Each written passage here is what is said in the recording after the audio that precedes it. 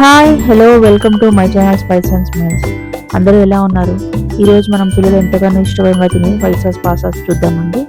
దీనికోసం నేను 1 cup pasta తీసుకున్నాను. ముందుగా ఒక 2 కప్స్ వాటర్ అందులో కొద్దిగా హాఫ్ స్పూన్ సాల్ట్ వేసి అది బాగా బాయిల్ అయిన తర్వాత ఇలాగ మనము 1 కప్పు పాస్తాని వేసేసి బాగా ఉడికించాను.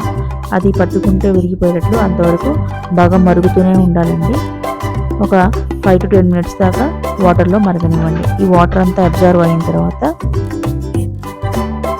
ఇంకా పాస్తాని ఒక డ్రైన్ చేసేసుకొని దాని మీద వాటర్ పోసి ఉంచండి. ఇప్పుడు నేను అదే ప్యాన్లో కొద్దిగా బటర్ తీసుకున్నాను. ఆ బటర్ హీట్ ఎక్కిన తర్వాత ఏ వెజిటేబుల్స్ అయినా వేసుకోవచ్చండి. ఇక్కడ నేను బఠానీ, క్యాప్సికమ్, క్యాబేజీ ఉన్నాయి. సో అవి వేసి కొద్దిగా సాల్ట్ వేసి మిక్స్ చేస్తున్నాను. ఇవి ఫ్రై అయ్యేదాకా ఉంచాలి.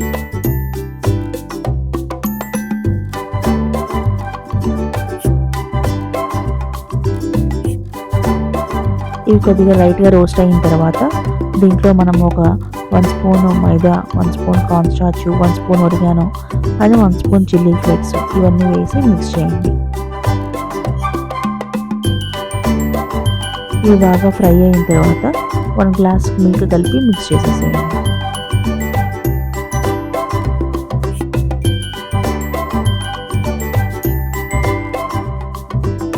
ఇలాగ మిల్క్ బాగా బాయిల్ అవుతున్నప్పుడు మనము డ్రైన్ చేసి పెట్టుకున్న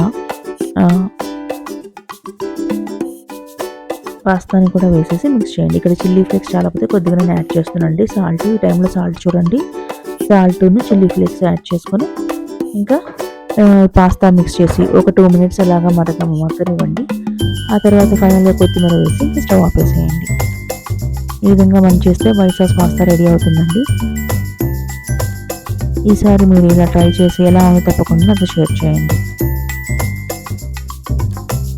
ఈ వీడియో నచ్చితే తప్పకుండా లైక్ చేయండి, షేర్ చేయండి. ఇలాంటి మంచి రెసిపీస్ కోసం మన ఛానల్ తప్పకుండా సబ్స్క్రైబ్ చేసుకోండి. ఉంటాను, బాయ్.